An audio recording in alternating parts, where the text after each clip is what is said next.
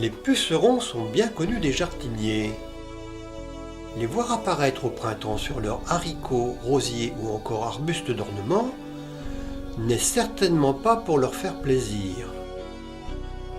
Ces insectes se nourrissent au détriment de la santé de leurs plantes et les font dépérir. Les observer de très près permet de comprendre leur manière de procéder et pourquoi ils sont toujours accompagnés de nombreuses fourmis. Une colonie de pucerons s'est installée sur ce rameau d'arbuste dans un jardin. L'attitude étrange de leur tête baissée laisse à penser qu'ils se nourrissent de la plante. Trouvant sans doute ce végétal à leur goût, ils l'ont choisi pour s'alimenter.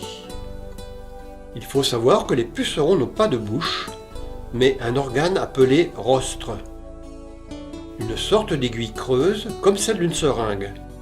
Piqueur-suceur, ce rostre, une fois enfoncé dans la partie tendre du végétal, va leur permettre de pomper en continu sa sève, exactement comme lorsque nous buvons avec une paille.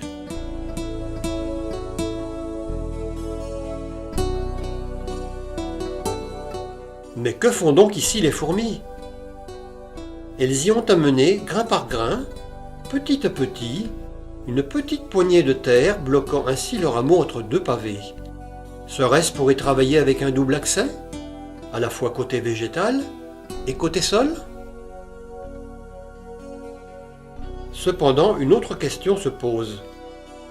Qu'attendent donc ici les fourmis de ce qui ressemble à s'y méprendre à une sorte d'élevage très bien organisé?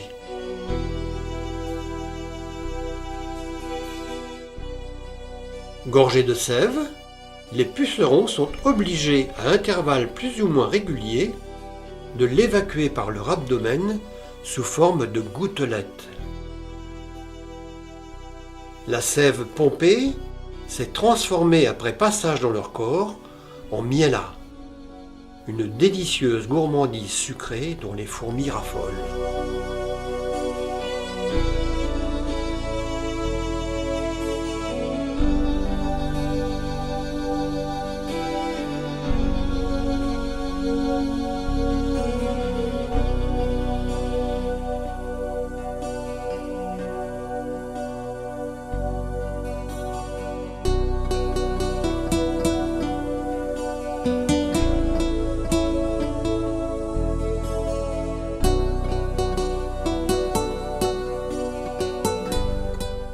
Sous haute surveillance, cajolé, stimulé par d'incessantes caresses d'antennes, le troupeau va produire sans interruption, comme obligé de satisfaire cette clientèle particulièrement exigeante.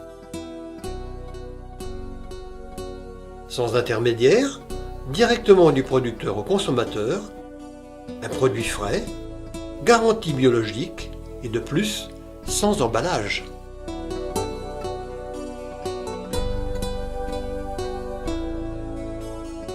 Des coccinelles mangeuses de pucerons surviennent.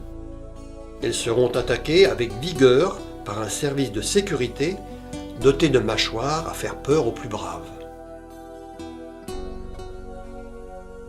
Une invitation d'aller promener leurs pattes ailleurs.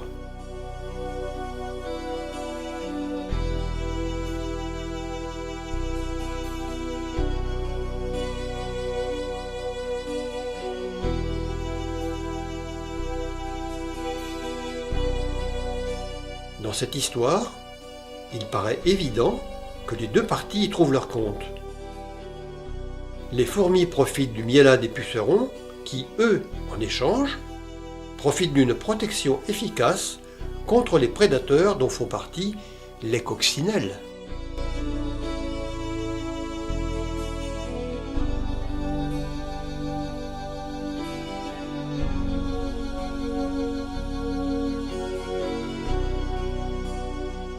Un bel exemple de symbiose, l'association intime entre deux espèces différentes.